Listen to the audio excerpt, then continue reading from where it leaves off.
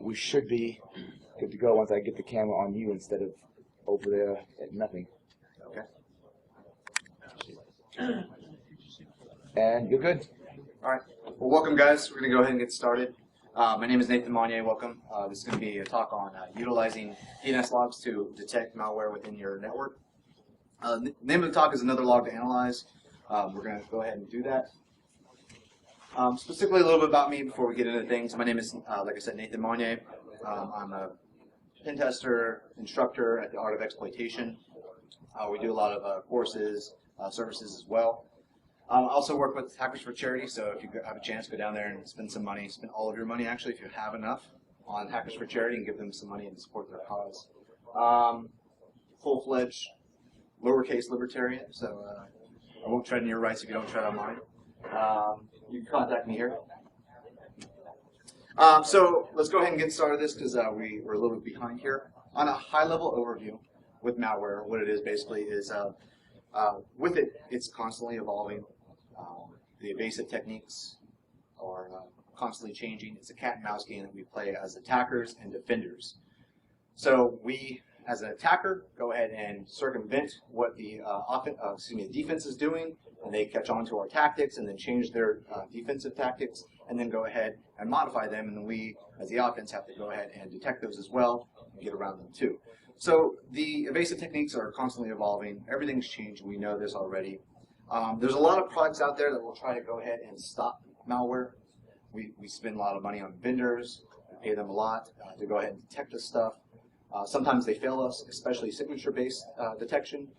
Signature-based detection is roughly catching 3 to 5% of what's currently out there. And again, it's only the known knowns, right? The known bad. We don't know about the unknown unknowns, to quote Donald Rumsfeld, right? There are bad things out there that we don't currently know about. That's where signature-based detection, what's known, is going to fail you. So if it does fail you, where can we go ahead and turn to in that scenario? So let's go ahead and break this down a little bit Barney style. For those of you that are not familiar with what malware is, generally speaking, a user, not a security personnel like you or me, right, will go ahead and click something through an email or download something they're not supposed to through a game, install it on their laptop. They become a bot inside of a botnet. They need to communicate with their bot herder, also known as their command and control server, or C2 server for short.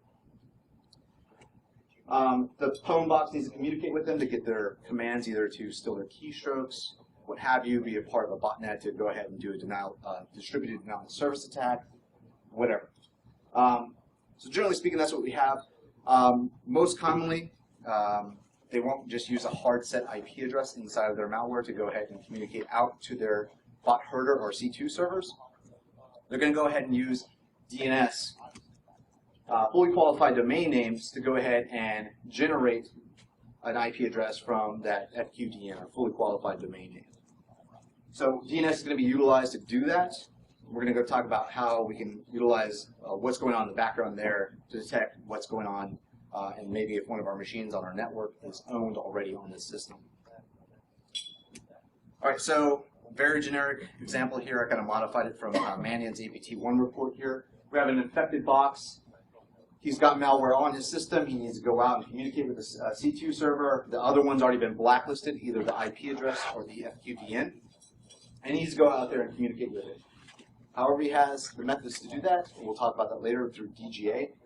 He goes ahead and does that. He sends out a query, says, hey, I need to go ahead and communicate with my C2 server. This is his fully qualified domain name. DNS server comes back, says, here's his IP address. Now I can go ahead and communicate to my C2 server and send the data, whether it's a simple page request from a web server to get commands from it, or what have you. Now I can go ahead and communicate with my C2 server without and evade the blocking or blacklisting that was there currently for the firewall. All right, so finding malware utilizing these DNS logs, they're commonly overlooked. DNS logs are commonly overlooked as a security asset because basically DNS is not really a security function, right? It's there to provide the purpose of establishing or resolving host names to IP addresses. So the purpose of this talk is to go ahead and utilize those logs, something that we don't really consider as a security function, and utilize it as one. So we're going to go ahead and do that, try to discover malware in our network through establishing DNS query and response baselines and analysis of NX domain responses. So first thing we're going to do is go ahead, and we'll talk about these individually here coming up. We're going to go and need to see who on our network is querying out of our network and to where, what's normal, and what responses are we getting. What's the baseline for normal activity from our servers, our hosts, our user set, our sites, our domains, what have you, the functions, the HR personnel, the IT personnel inside of your network. What's the baseline for those queries and where are they going to? The second thing that's going to happen is we're going to have some NX domain responses, and those are going to be responses that come back to you when something doesn't respond correctly. Like I type Google with 3 O's in the middle, right? It's a fat finger. It's Google is Google. But if I fat finger that, type in 3 O's in between, I'm going to get an NX domain response back from my DNS server. So that could be the result of a user fat fingering a host name, or it could be the result of, as we're going to talk about later, malware out there utilizing DGA and sending out multiple host names that are ultimately, some of them are bad and one of them is going to ultimately resolve. We're also going to talk about of the successful DNS lookups that happen. We're going to go ahead and analyze those as well. And then of those that are successfully resolved, or the ones that get NX domain responses, we're going to go ahead and check those out. Maybe it was a fat finger, and maybe it wasn't. Does it look like it could be a legitimate website? And if it does, is it a doppelganger domain, or is it just a user fat finger? We're going to talk about how to analyze what is an anomalous DNS name.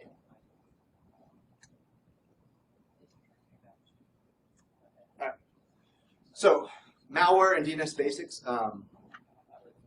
Generally speaking, just to keep this not assuming that everyone knows everything about everything that's out there, DNS servers, their job is to convert host names into IP addresses, right? So it's much easier for you or your grandma or your wife or your significant other to remember google.com rather than the IP address of where that website is hosted, right? So that's the general purpose of what a host name is, right? So it's easier to remember a name rather than the IP address. When we utilize that host name, we're going to have to go ahead and translate that into an IP address. And that's where DNS comes into play here, especially on our network. So I type in google.com, it goes out and translates that. It gives me the web page of google.com on wherever the IP address that it's currently being hosted at. So it could be distributed, it could be just a single IP address. So let's say if I'm going to google.com from here in Wilmington, I have to go ahead and get the web page all the way in Mountain View, California. There's probably some other ones here, locally, but let's just go ahead and assume that they only serve google.com from Mountain View, California. So it has to know exactly where to send my packets, my GET requests out from my machine out to that server out there waiting to respond to my page GET request. So not only is it helpful for us as a user set, it's also extremely helpful for us, well, not us, but from the offensive side, us as an attacker. So what an attacker can do with that is rotate their infrastructure very quickly, utilizing various techniques of DNS, including dynamic DNS, round robin. This allows them to go ahead and evade blacklisting of just IP addresses. So if I blacklist, I see malware has been affected on my machine, it's currently going ahead and going out to an IP address in Kyrgyzstan, I'm going to go ahead and block that IP address, right? It can no longer get out there. What DNS is going to provide for the attacker is a way to go ahead and say, hey, I know that now my machine is not checking in. I need to go ahead and rotate my infrastructure. Go ahead and point at this IP address in Kyrgyzstan or wherever stand. So it allows attackers to go ahead and rotate their command and control servers. All right, so now that we have the basics covered, is everyone with me still? All right. All right, so looking at the IDS packet captures and firewall logs are going to give us the IP addresses of where our user set or servers or hosts are connecting out to. If you, like I said, if you block that IP address, malware will just move on to the next one. So just go ahead and move on to the next one. Let's go ahead. How long does it take to do that? What's that? Does it switch IP address once you block it? Does it switch IP addresses? If you block it going out to the control center? So if How I fast block does an it go IP to- address, how fast will the malware go ahead and change its Yes. connection set? That all depends on the malware itself. So it can go ahead and say, hey, I haven't seen a check-in. It could actually be embedded in the malware to go ahead and rotate through and say, hey, I can no longer contact my command and control server. I haven't received any commands yet. I'm going to go ahead and utilize, we'll talk about in a little bit, what's known as DGA or domain generation algorithm. So it could be embedded in the malware itself, or yeah, it's usually embedded within the malware. All right, so if we blacklist the IP address, malware will just go ahead and move on to the next one. If it hasn't checked in at the specified time, it might go through its algorithm or what have you, and go ahead and try to check into its command and control server. So to effectively block malware, we have to blacklist or sinkhole the domain name itself as well. So that's going to be a little bit hard because, especially since domain names are, you can buy one for really cheap, right? You're going to be constantly sinkholing those domain lists, either to point back to your loopback of 127.0.0.1, or just just sinkhole it entirely. That's the most effective way. Also, most DNS servers don't keep track of queries or responses. In fact, you don't really want your DNS server to do that because it's going to impact the functionality of that DNS server. You want it to go ahead and resolve those host names to the IP addresses. That's its primary job. Resolve host names to IP addresses so I can communicate to that IP address. I remember the host name, you know the host name and the IP address, you go ahead and give me the IP address and I send the packets out. That's its primary function. We don't want to go ahead and impact its functionality by go ahead and telling it to go ahead and start logging and doing other functionalities. So realistically, you're going to want to go ahead and use a packet capture to do this. However, while it will decrease your potential impact to that DNS server or the services, it's not going to. It's going to decrease the decrease the potential impact to the functionality of that DNS server. It will increase the amount of storage that you have to provide for that, because there's going to be a lot of packets going out and in and out of your network. So there's a lot of packets to keep track of, and we'll talk about that here in a little bit of what we want, what packets we actually want to capture. So if you want to go ahead and start to mess around with some of the logs, here we have an example bind DNS log. In syslog, the query information will usually be stored. So here we have the last 3 entries of var log syslog, and inside of there we see the client that requested and where they wanted to go to. So we have 3 different queries there, one for example.com, facebook.com, and skype.com. But if you notice, we don't have any responses, right? All we have is that somebody requested to go to those pages. We don't have any responses of what's happening. So that's another functionality. We can also modify those to go ahead and output some debugging or the responses too, but again, you're going to start to impact that DNS server of its primary functionality of just providing host names to IP addresses. So realistically, again, you're going to want, to go ahead and utilize a packet capture to capture this DNS traffic. Who is querying to where? And what is the response that they get? And that's going to become important for us, especially when I have a baseline over a day, month, day, week, month, year, per site, per domain, that sort of information available to us. It's going to minimize the impact to our DNS server, providing that functionality for us as a user to make our life easier. So packet captures. Generally speaking, what I recommend is we're going to want to grab as many packets as possible, which means all of the packets, which is also going to increase the amount of storage that we have to provide for them. Depending on how big your network is, it's going to be a lot of packets going in and out if we're talking about all the queries and all of the packets coming in and out of my network. You can go ahead and utilize certain filters, but generally speaking, from an incident response perspective, there's nothing more frustrating than seeing that something happened, like an IDS flag happened, like I see something went through. I go to investigate. It was an attack. It says it was this exploit against this server. And then I go to check its packet capture, and I have nothing. Because I specifically filtered out SMB traffic. Or specifically filtered out a specific port. Because the Windows machines are too talkative. So there's nothing more frustrating than not having packets available to you to actually inspect during an incident.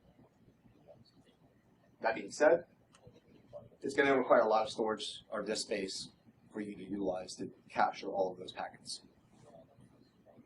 So if you have it, do it. If you absolutely cannot provide that disk space, utilize capture filters that will be helpful for you during your investigation. Now, in the course of investigation, it will probably most likely present itself that there is a dead end because you specifically filtered out a specific protocol or port or what have you in your packet capture. So I recommend grab all of the packets, place your sensors appropriately, and also, again, baseline that network. What is normal for your environment? Do I have a user going out at 2 a.m. in the morning on a Saturday? Is that normal?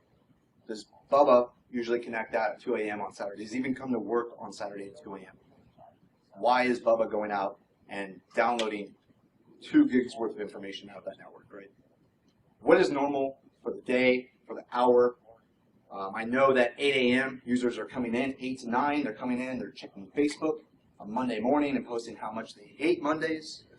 Right after lunch, they're going back, they're checking, Drudge Report, they're checking CNN.com, what have you. I know exactly where my users are going at what times of day and what is normal on my network. Yes. Are there any quick and easy tools to help analyze a big packet capture? It's about baseline in my network, and I got gigs worth of files. I can't go through gigs worth of files. Yeah, you're going to spend a lot more time analyzing than you are capturing, that's for sure. Specifically for what? Are you talking about like Wireshark or? Just trying to, I've used Wireshark in the past, but I don't know if there's any other tools out there to help baseline that network. Okay, we have some tools at the end that we're going to talk about specifically for the DNS traffic towards the end. But I would just say, fire it up in Wireshark, put your display filters in there to filter out all of the information that you don't want to see. Use the display filters to filter out all of the packets that you've already captured. Does that answer your question? Yep. Okay, thank you. And also, I'm not a lawyer, although I did stay at a Holiday Inn Express last night. So my colleague at work, his wife's a lawyer, so I kind of have some, swagger with that. But don't trust what I say. Go ahead and consult your lawyer at your organization, unless you work for a 3-letter agency, and then that doesn't apply to you at all. So your mileage may vary. All right, so what do we know? So we know that malware uses fully qualified domain names, or FQDNs for short, to contact their command and control servers, or C2 for short. So what can we do about that? Let's go ahead and explore some defensive techniques here. The first one I have is called Kill It With Fire. This is basically, Stoner Stanley says, hey, why don't we just turn off the HTTP access for all the users, right? No one can get out of anywhere, we're totally safe, no one's going anywhere. Well, while that might make Grumpy Cat a little less grumpy, you can't get to Facebook, good. It's going to start a riot. They may show up at your lair with pitchforks saying, hey, let me go to play Candy Crush, let me go play Facebook. I can't get out to the internet. Bad stuff's going to happen to you and I'm going to kill you. So that's not really going to help us too much. While it will make us a little bit more secure, it's not the best scenario here. So Stanley has another idea here. Why don't we just blacklist the bad or malicious fully qualified domain names? We know that these domain names are bad, so let's not let our users go out to them. Well, that's going to be beneficial to us, and he has a point there. It's not the best option or the full answer to that, because of what's known as a little thing called DGA, or Domain Generation Algorithm. Has anyone heard of DGA before? Right. So what DGA is is basically it's an algorithm that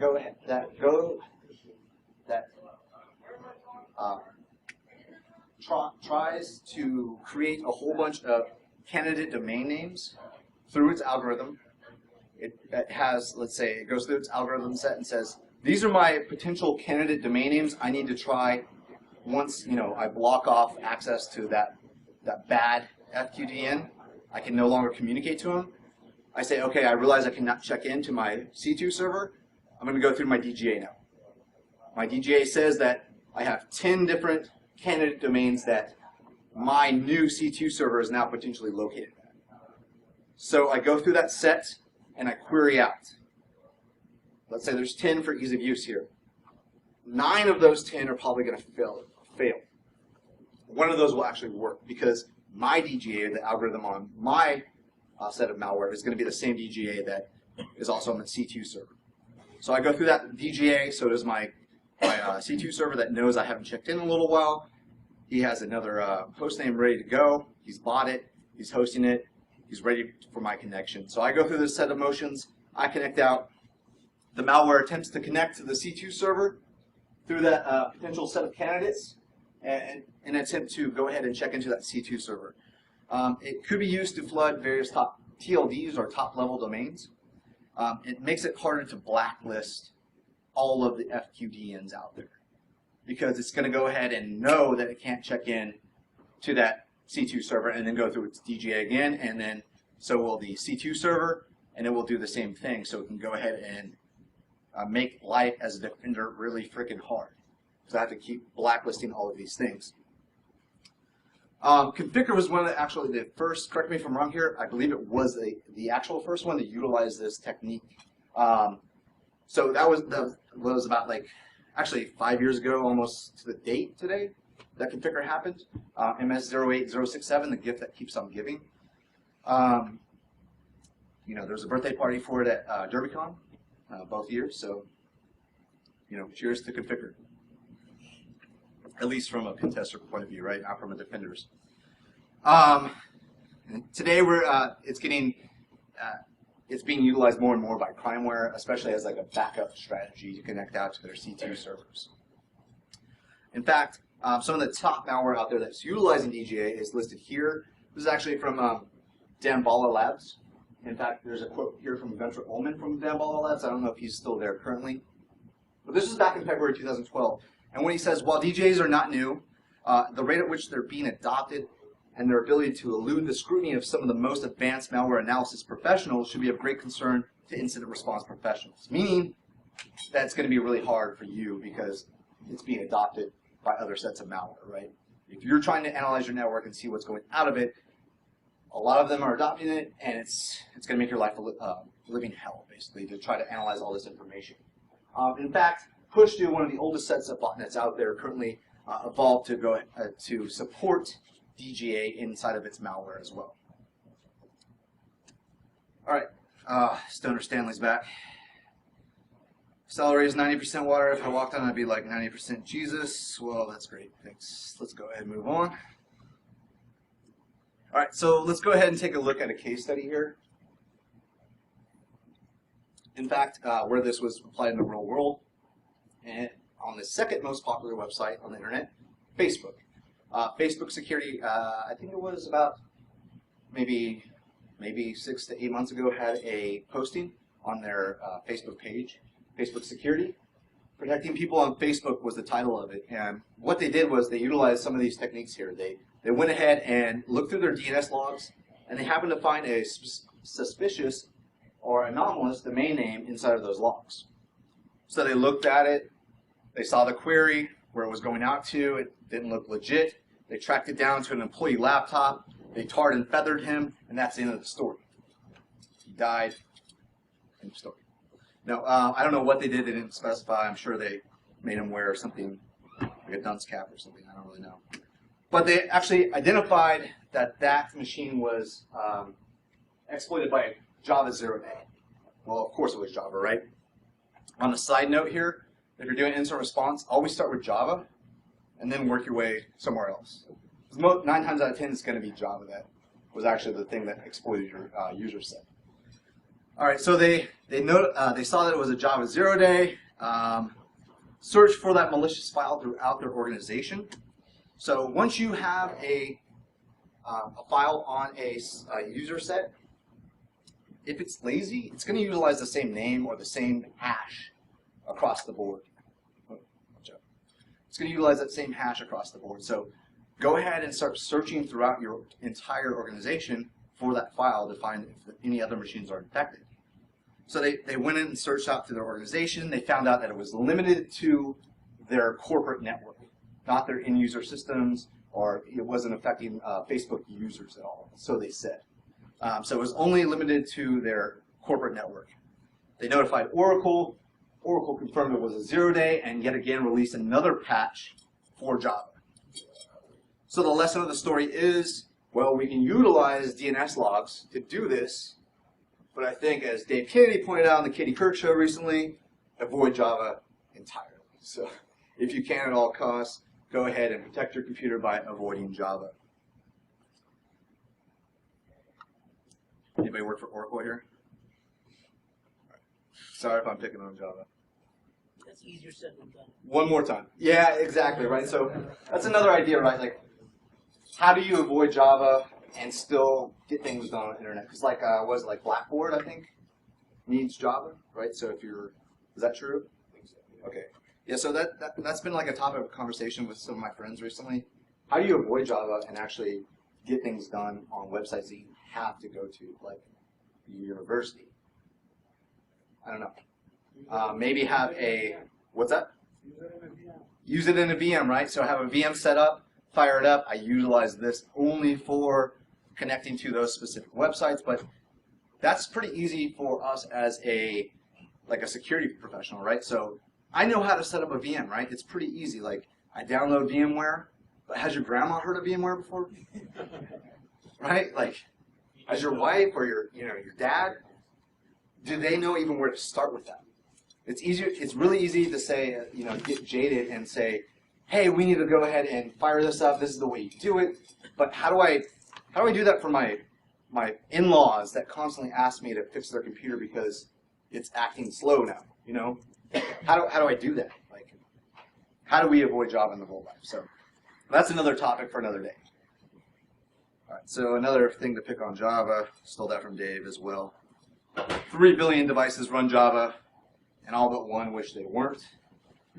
Someone actually recommended to say 3 billion devices ruined by Java. It might have been you, actually. No? I can't remember. All right.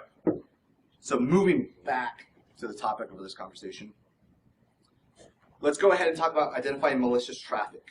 So our objectives here are to establish DNS traffic baselines, as we mentioned before. What is normal? What's my baseline activity throughout my organization here? We're going to go ahead and query for malicious domain names as well. Through that, the DNS traffic that we have, we're going to analyze the the NX domain responses that we get back. So either through that fat finger, through typing too many O's in Google, or it's actually DGA querying out to connect to its C2 server. Of the ones that are successfully resolved, we also want to identify what looks anomalous or what looks suspicious to us. It doesn't look right. Why is my user going there? Or why is this set of users going to that website? Why is HR going to, a security-focused site? Or why are my IT people going to dice.com or clearancejobs.com? Maybe I need to go ahead and say, hey, do you need a raise, or how's life treating you? Why are these people going to X, Y, and Z websites? From that, if we have identified something that's suspect, we need to analyze the additional traffic of those identified hosts. And specifically, the anomalous domain names in there that I've already kind of covered here. All right, so baselining. What is normal for your environment is paramount here. The top level domains. Where is my organization going out to? .com, .edu, .gov. It all depends on where you're at or what your user set is or your user environment is. Of that specifically, so that's all the .coms, .govs, .mils.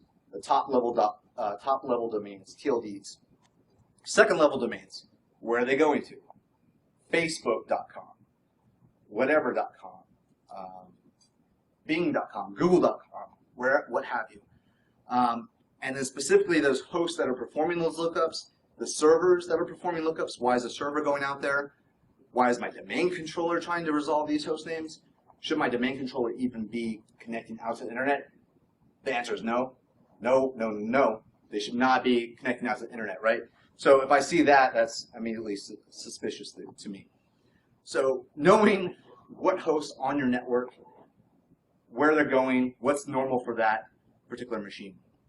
And then specifically, I've kind of already talked about this, the DNS queries per host, per network segment, per VLAN, per domain, per site. All of that will be beneficial to you. I know that's kind of pie in the sky. You know, this is how you will solve everything, but it's kind of paramount to knowing what's normal on your environment. This is where capturing all those packets for so long will come into play later on in establishing those baselines of what's normal, how many NX domain responses do I have, what websites, what's my top level domains that I'm going out to, what's my second level domains, and who's performing those lookups. And we'll talk about that here towards the end. So average queries for the time of day.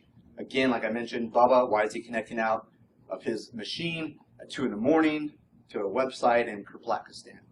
That's abnormal. Baselining NX domain responses. So I've already touched on what an NX domain response is. So that's either the result of a fat finger. I type in 3 O's in Google. It says, hey, I'm sorry, I cannot, you failed. I cannot resolve that name.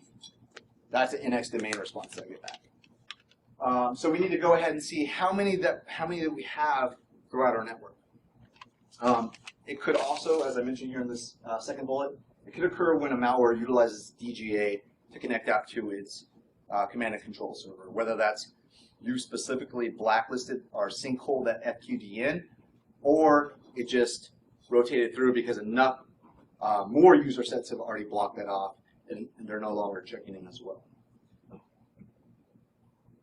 So again, what is normal for your environment for the NX domains on your systems?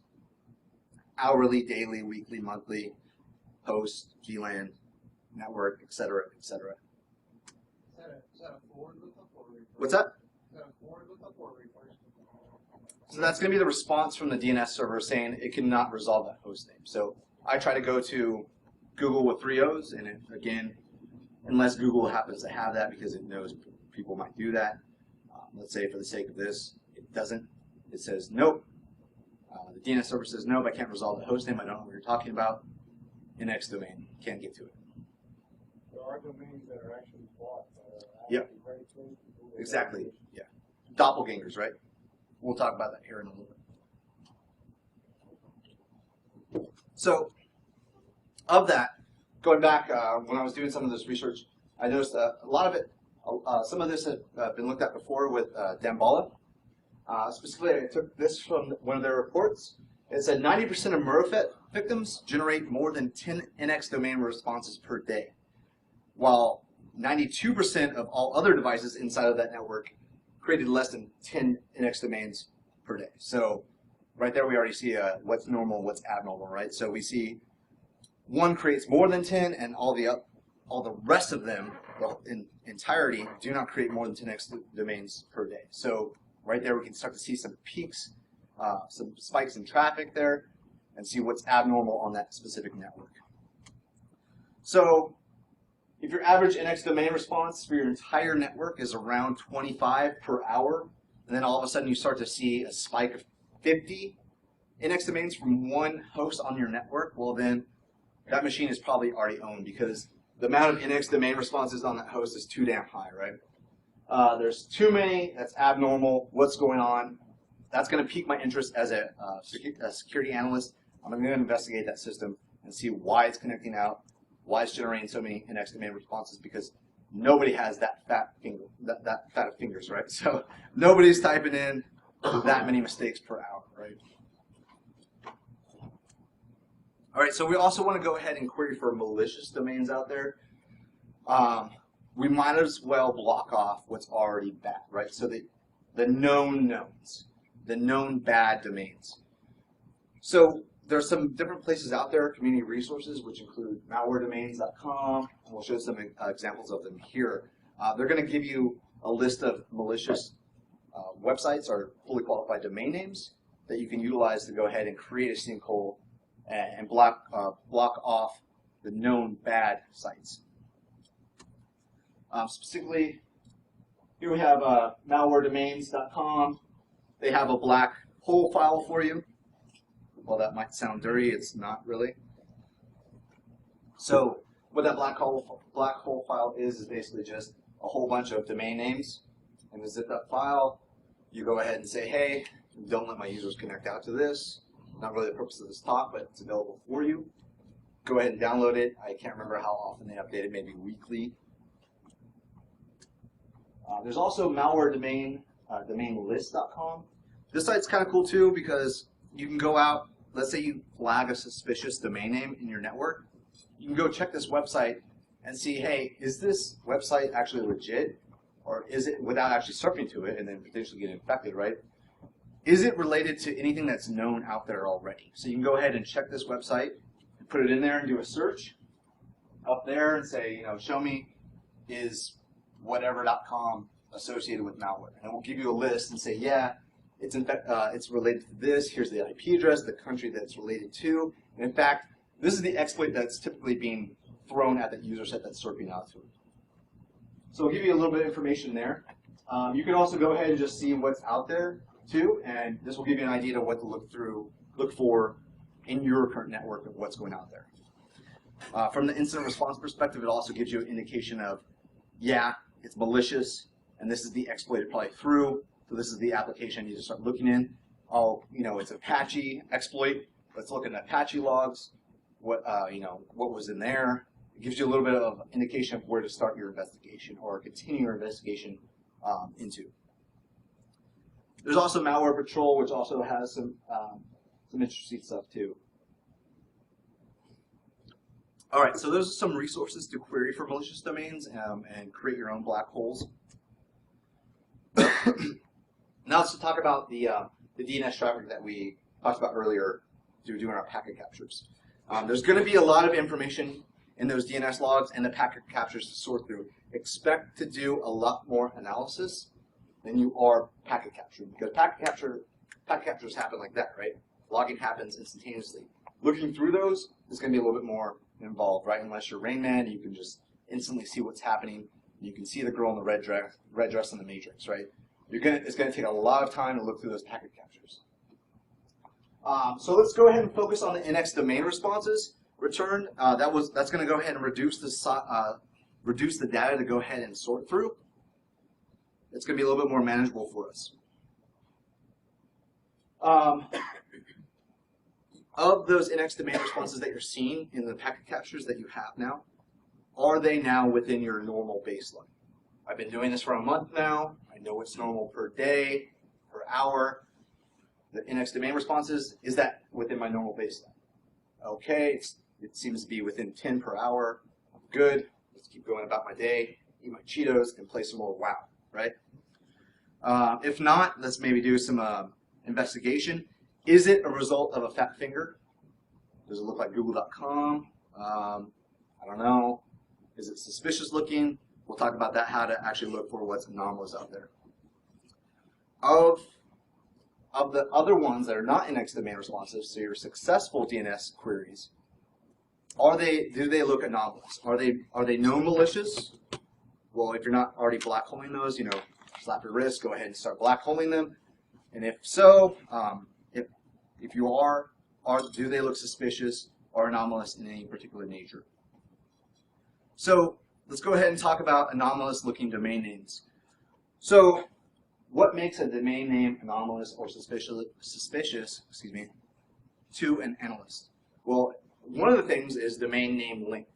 So in this case, when people say size doesn't matter, in this case sometimes it does, because typically normal domains are right around less than or equal to 12 to 15 characters. Anything that's greater than that falls outside the normal. So usually domain names are right around 8 characters long, because that's about where people can remember things, right? it's much easier to remember Google.com than this is the place to go to find information on internet.com, right? Something very short and specific so your users can go ahead and, it's stuck in your head now. I Google things. That's now a verb, right? It's now in our vocabulary. So they're right around about 8 characters in length. As a top-level domain like .com or .org becomes more popular, well, that's going to eat up the available usable 8-character length, or 12 to 15, right? People are going to come up with all the names that are there, and now there's going to be left like consonants and numbers and stuff like that that was going to fall on that 8-character length. So TLD popularity is like Viagra for the domain name length. The more popular it becomes, the longer the domain names are going to be for that second level domain. Does that make sense? Did I lose anyone there? Bueller? Ferris Bueller? As an example here, a typical Zeus query was greater than or equal to 33 characters. So we know typically 8 characters is the normal range. Well then, if we're doing a cursory look through DNS logs or DNS traffic, we know that 33 characters, when we're looking at that, that's freaking large, right? And that's going to stick out on a cursory look. So another thing is character contents. Like I already mentioned, non-words are just consonants and numbers strewn together. So just alphanumeric characters of non-words. That's anomalous too. So nobody's going to register, well, malware people or bad guys are going to register this because it's available. Nobody freaking wants it, right? No one can remember this, right? Unless, again, you memorize like hashes off the top of your head. It's available because nobody wants it. So that's anomalous to us as well. Now, as a side note, these may not fall outside that typical 8-character length. So if you're only, you're doing a grep, and you're looking, or you're only looking for 8 characters or anything above the 12 to 15 range, this may not fall outside of it because it's just a series of numbers and letters. Some other things is doppelganger domains. I had a colleague that worked with me, Garrett Gee. He recently did some research about maybe 2 years ago with doppelganger domains, and they set up basically some email servers where they registered some of those sites that were close to, I believe it was like I can't remember, it was something like the Forbes 100 list or something like that. I can't remember the exact name of that, but some top companies out there, seeing if people will fat finger and send emails to those particular servers.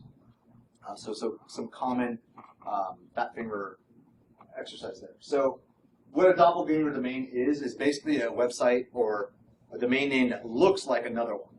So as I mentioned before, Google with 3 O's. In this case, you have facebook.com. It looks normal when you're just typing fast and you hit enter, right? And it may even look normal when you actually get to that website for the user environment, right? So when it comes back to the user, it looks totally normal. So common things there are missing dots between the subdomain and the second level domain as well. I have TLD up there, but it should be second level domain. Misspellings, so substituting a 1 for an L. In this case, AOLonline.com, but it's actually a 1 here as opposed to an L. So on a cursory look through some logs, it looks legit. Or if it's an email, you click it, to your grandma or your dad or what have you, it looks particularly normal. I generally fall for that, right? So would my dad click on this, right? Would my mom click on this? If I would say yes to that, and that's something I want to look for in my environment, right? Because that's who we're kind of dealing with here, right? So we're dealing with those users in our environment. So while I may hover over that link and notice that 1 there, and I'm not going to click it, I'm going to fall back to, would my mom click this? If it looks like it's coming from me specifically, or somebody she trusts, right? So if it meets those 2 criteria, then that's something I want to look for in my environment. Does that make sense? All right. Anyone have any qualms with that? All right. Also, as I mentioned, double vowels or triple vowels in the case of Google.com, or missing consonants, something like that, like Facebook.com. All right. So another thing, what makes something suspicious to an analyst is the top level domain. Now, I don't want to like pick on any particular country, but if I see my users going out to .cn or .ru, it's going to raise a red flag in my mind, right? Like, why are they going there? What legitimate business purpose do they have connecting out to that country, right? Do I do a lot of business in .ru or in Russia? Okay, that's normal. But if not, why are they going out there? Why are they going to Pakistan? I don't have any customers out there. That's really freaking weird for me. So is that top level domain, let's go ahead and pick on .ru at this particular point, let's already mention it, is it associated with hosting command and control servers? Yeah, right. Is it notorious for InfoSec crime? Yeah. No legitimate business ties? Yep. Or no, maybe in your case. Or is it a less common top level domain? .biz, .info, etc., etc. So some of the tools that we can utilize to examine some of this, I've already mentioned doing packet captures. We're not really going to focus on doing packet captures, and that's not what we're talking about here. We're talking about the analysis of those packet captures. So if you want to do that, go ahead and utilize TCP dump or Wireshark. Wireshark gives you that nice GUI display. Defense sucks already. It's not as sexy as offense, and you might as well utilize something that's pretty to display that information to you, right? So Wireshark is generally useful for GUI analysis. TCP dump, fire it away on that sensor that you have in your DMZ or just inside of your DMZ, what have you. Utilize those packet captures, open up in Wireshark. The two tools we're going to talk about here are DNS top and passive DNS. Specifically DNS top to start with. It's basically a libpcap application, just like TCP dump. It's going to display the various tables of DNS traffic through your network. Now you can go ahead and utilize it just like a packet capture, or you can feed it packet capture information. And as the name implies, it's going to give you top information, just like the command in Unix, of what's going on and what's normal for that network. So the things that we're going to talk about specifically, source IP addresses, response codes. Remember again those NX domain responses. Who's requesting them, the source IP addresses, and then the top level domains that they're connecting out to. Then also maybe you want to focus on the second level domains too, as we mentioned. All right, so here's what it looks like. You can either read it in, like I said, from a live capture, or you can read it in a packet. Excuse me. You can actually utilize it for a live capture, or read in a PCAP or packet capture file into it. Either one. Here are some of the information it displays, as I mentioned. The first level query names in the middle here. So where am I connecting out to? .com, .org, the count, how many, the percentage. Also the second level query names as well here. So what are my second level domains? So Facebook, Google, Bing, what have you, on down the line. How many do I have? Also you can correlate them too from query source and second level domain there in the far, well, if I'm thinking about this from watching this, the far right hand corner over there. So what's the source IP address that's querying out to where? And also the query types there if you want to look at some of the DNS information out the bottom. And then who are my top query sources here in the left hand side? Which machines out there are querying out? And if you look over there, you can go ahead and correlate that to where. Everyone with me so far? Any questions? Go ahead. The previous slide you had the opcodes there. I remember reading something about that a long time ago. The opcodes in the response, the activity anyway. There's certain things you can look for in the opcodes. You know what, to be totally honest, I just threw this in from the help file. So I haven't covered that as far as looking into that for being particularly useful with the course of malware investigation. Go ahead. Yeah, so in the realm of false positives, some of those weird CloudFront.net subdomains would look like danger anomalies. Yeah. So some things will look anomalous and actually be legitimate. Yep. You can't just blacklist an IP address because it looks anomalous. or excuse me, the fully qualified domain name looks anomalous, but it's being hosted on like an Amazon web services, right? Because they're hosting a whole bunch of other legitimate content. So if you block that IP address, then well, you've just blocked a lot of access to maybe potential customers or your users getting out to somewhere they actually need to go to provide the business function inside your organization. So, did that answer your question? Kind of, or? All right, so that's DNS top. There's also passive DNS. It's also a tool to collect DNS records passively, as the name implies. It's going to sniff traffic on an interface, or it can read a PCAP file as well, so either or. You can tell it to start capturing or just read in that PCAP file that you already have from your various sensors throughout your network. It can cache that information too in memory. So here we have some examples. Logging NX domains.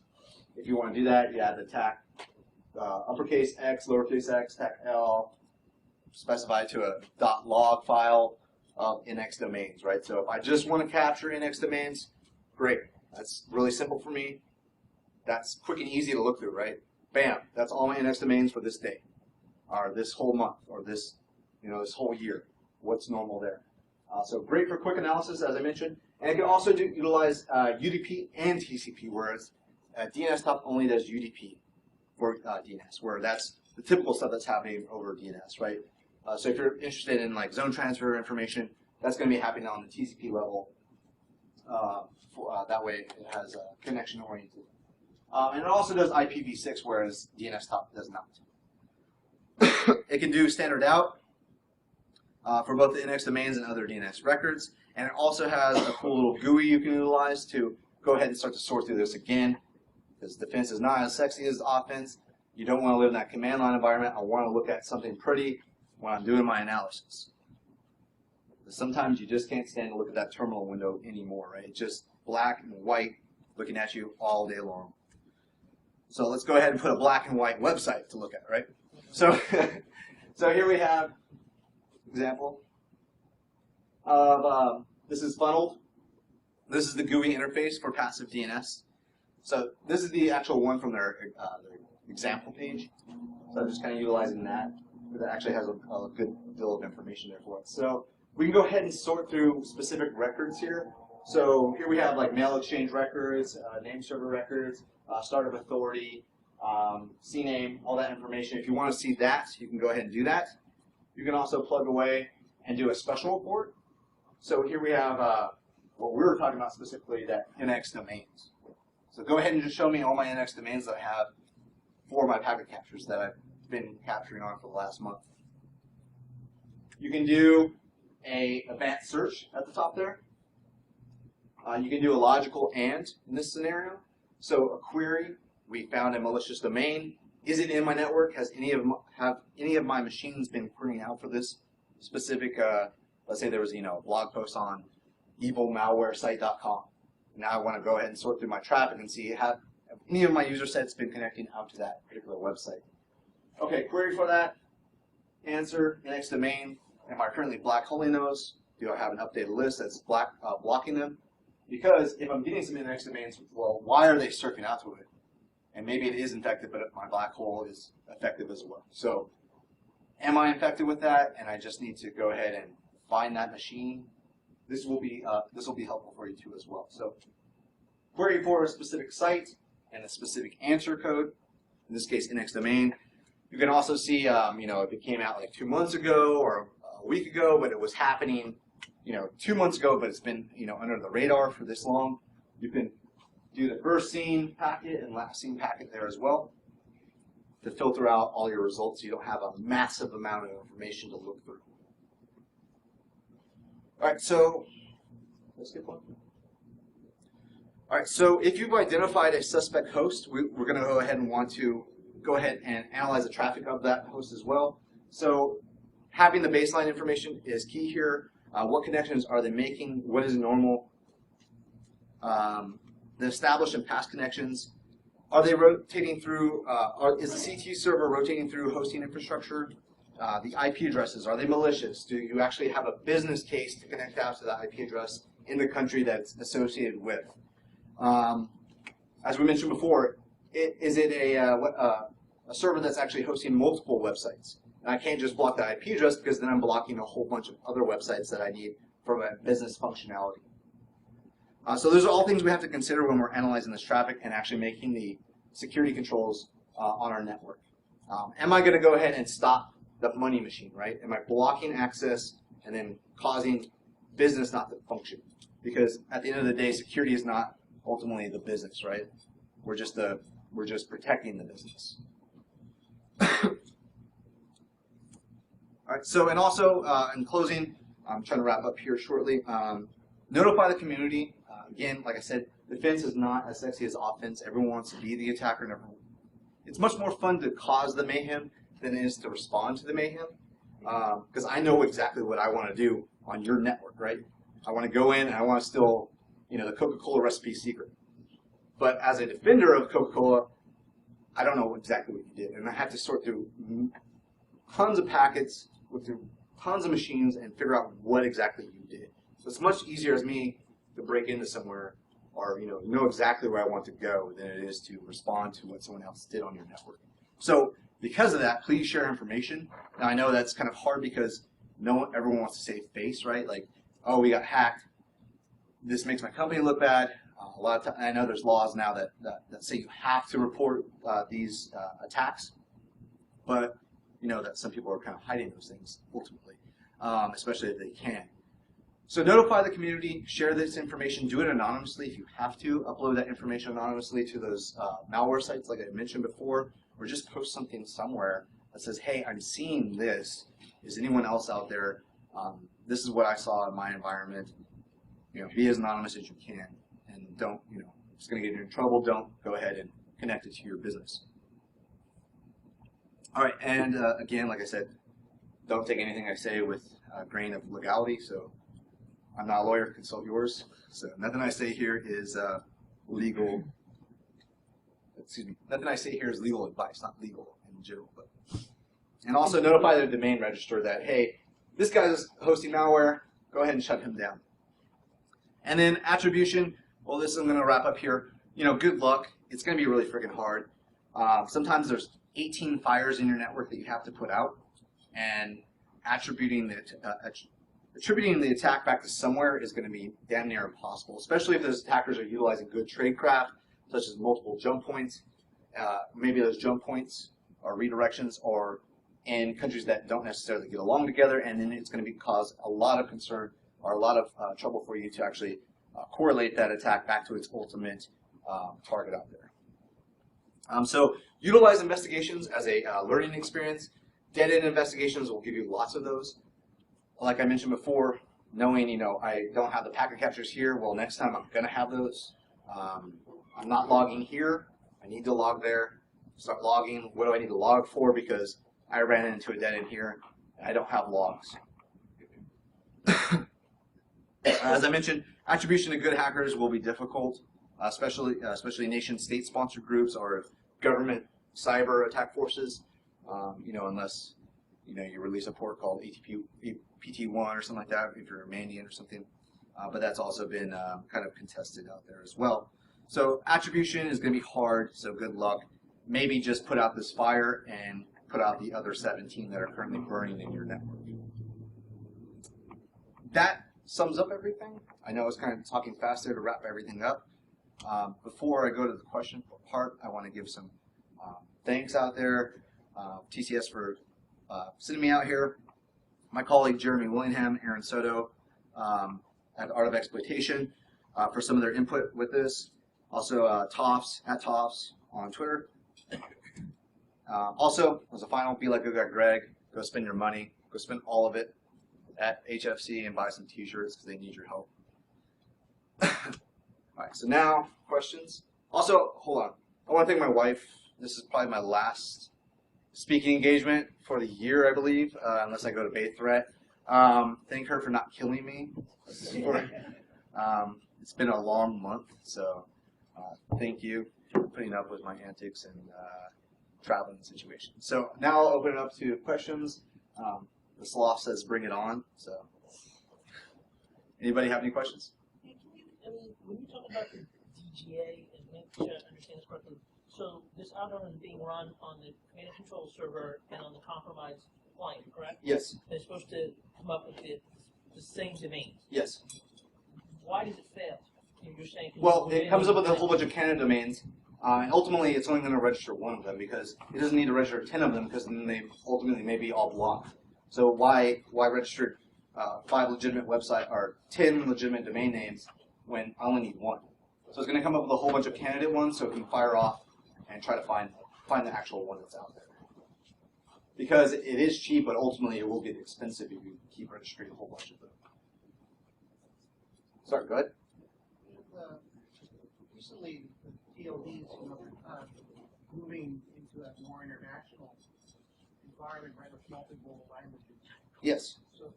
So now, you're going to get domains in Russian and Chinese, and so how does that work into this? You mean like legitimate business cases of? Yeah. So now you're looking at. It all depends.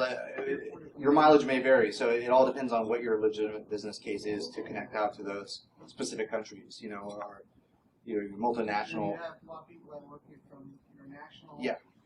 In the United States, and they want to go to they want to shop in China, they want to shop in Russia. So. Yeah, it's going to be all up to your particular environment. Yeah, So. it's always interesting. Yeah. So that's all going to be what's normal. Again, the baseline. Where do my users need to go, and why? What's a specific business case for that?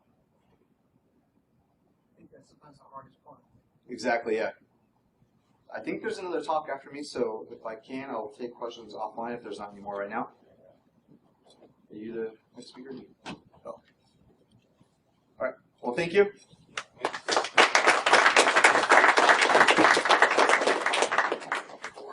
Thanks for Oh yeah, thank you. I got the concepts of probably like a simple question. But I'm like blacklisting sites on like not like nothing as malicious, but maybe hiding settings, just blacklisting sites. Say I'm posting something on Facebook, Facebook.com, and then /star. You think that's off the beginning of it, right? So I'm on the Facebook page and try to go somewhere else. I think this is blacklisted, whereas it would be Facebook user /star, and then that would stop people from seeing it. You're talking about specifically, I think, Chrome? Or like, just blacklisting sites. Okay. So that would be, you're talking about like other subpages, right? Yeah. Okay. It's different. I've never really done that before. Because that's how it shows up in Google Chrome. Okay. You just have Facebook first, like Facebook.com/. So let them go to Facebook, but not let them